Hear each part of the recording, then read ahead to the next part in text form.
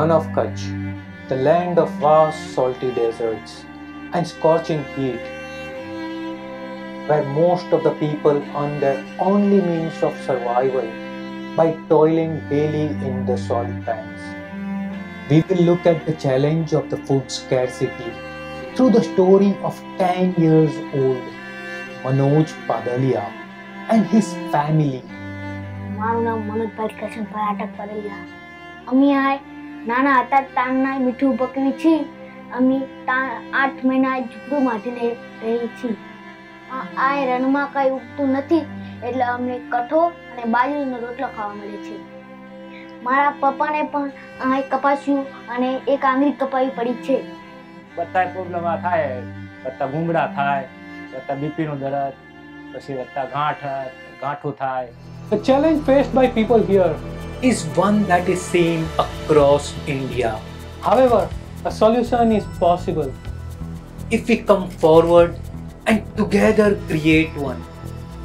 Because India needs Indians. Meet Kalyan Akipedia, who will tell us how food can be grown even in the middle of the desert.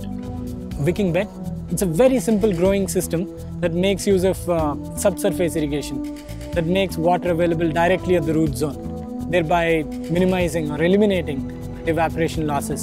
It does 3 things which are beautiful for the desert people. One thing is, it conserves water. So people end up using less than 2% of water they would otherwise consume growing the vegetables.